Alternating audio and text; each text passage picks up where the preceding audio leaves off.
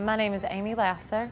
I work for Communities and Schools here at St. John's High School on Johns Island, South Carolina. My title is Student Support Specialist, and basically I case manage students here at the school to try to encourage them and help them to stay in school and to also avoid teen pregnancy. What are some ways that you can talk a guy into using a condom? What are some negotiation skills? I've known these students since they were in the 6th grade. A lot of the students that I work with live in poverty, and there are a lot of studies that show that relationships are very important to people who live in poverty. As I got to know these students and their families and gain the trust of the students and their families, I recognized that I was getting more and more information from them, more to the truth of what was really going on in their lives, the things that were keeping them in the cycle of poverty, the cycle of teen parenting, the cycle of no education, and I felt like I could have a greater impact just because all the pieces of the puzzle were there.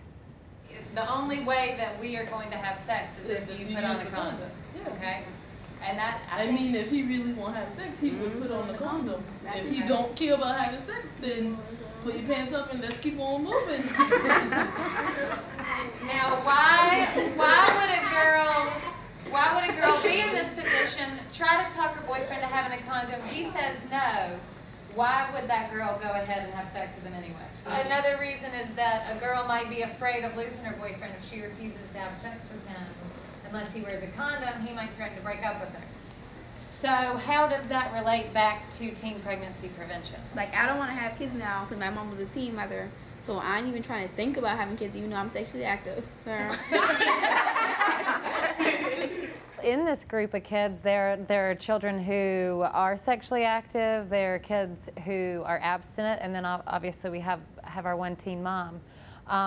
Several of the students, though, in the group have been touched by teen pregnancy, whether they have a sibling who became a teen parent or they themselves are the child of a teen mom. What does self-esteem have to do with being sexually active? Self-esteem is how much you respect yourself.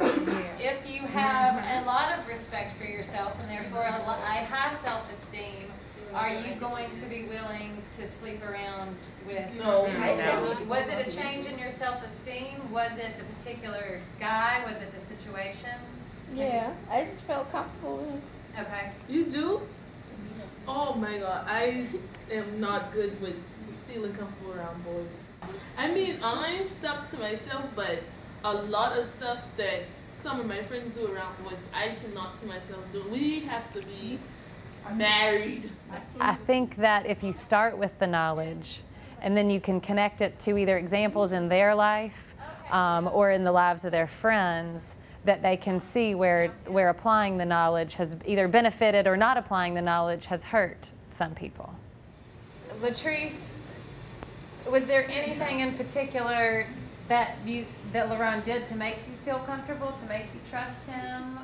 Well, today I had group with a group of seniors that happens to include a teen mom. Her name is Latrice Johnson. She's 18 years old and just delivered a baby in July, so her baby is 3 months old. She was able to share, and through this group process is able to share her real life experiences of being a teen mom, and hopefully her friends and peers can learn from that and not go down the same road and make the same mistakes. Latrice, how old are you? 18. And how old is your baby? 3 months. And it's a boy or a girl? Girl. And are you happy that you had the child? Yeah. Did you plan on having the child or was it? No. Why did the father not use a condom? You have to ask him that. What's it like going to school and being a mother? I mean, it's harder. It's sort of like getting up from late nights, staying up with the baby and stuff like that. I think an important point to make is that things can be all relative.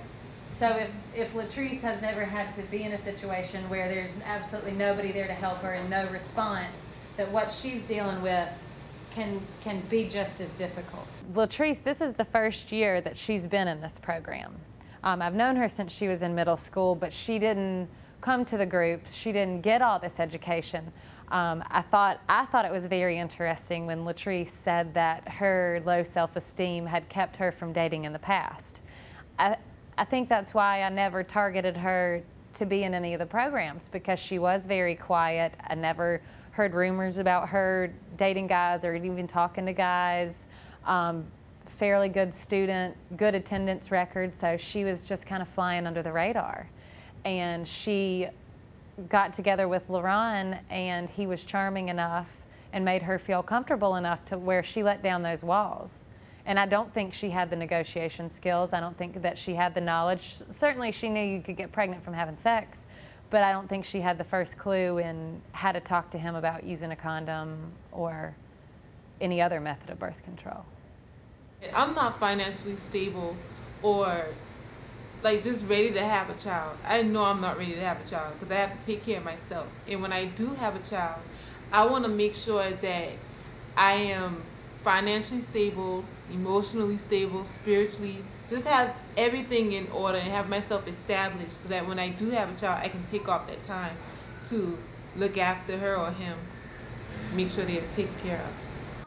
Well, I guess as their counselor and mentor, to try to help them deal with not having their father in their life, or having a mother who was a teenage mom and ended up on drugs, or any of these other various situations that they can go through. I think the best thing that I can do is to help them understand that that's not the only way to live. It's a fine line to walk, because it's hard to tell a kid that the only life you've ever known is the wrong way to live. And it's full of bad choices and people going to jail and everything else that the cycle of poverty holds. So I have to just let them see that there are ways to make other choices.